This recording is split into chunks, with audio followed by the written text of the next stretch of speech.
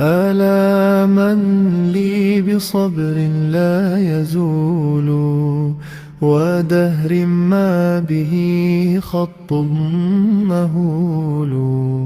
رأيت الناس في غم وضيق بما غالت مطالبهم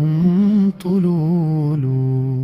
زيادات ما شاءت في الكل حتى تحير في تقاضيها العقول فسعر الوقت حرك كل شيء ومالت بالأجور به الميول توقفت الركاب عن المساري وضج بمنكب الرزق العليل يقول الناس كيف نعيش يوما إذا ما زاد حمر أو رحيل فيا من يملك الأرزاق جد لي بلطف منك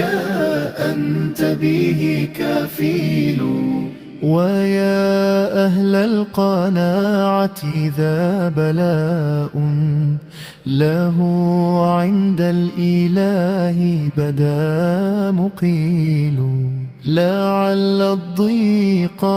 يعقبه رخاء وصبر المرء مجنى لا يحول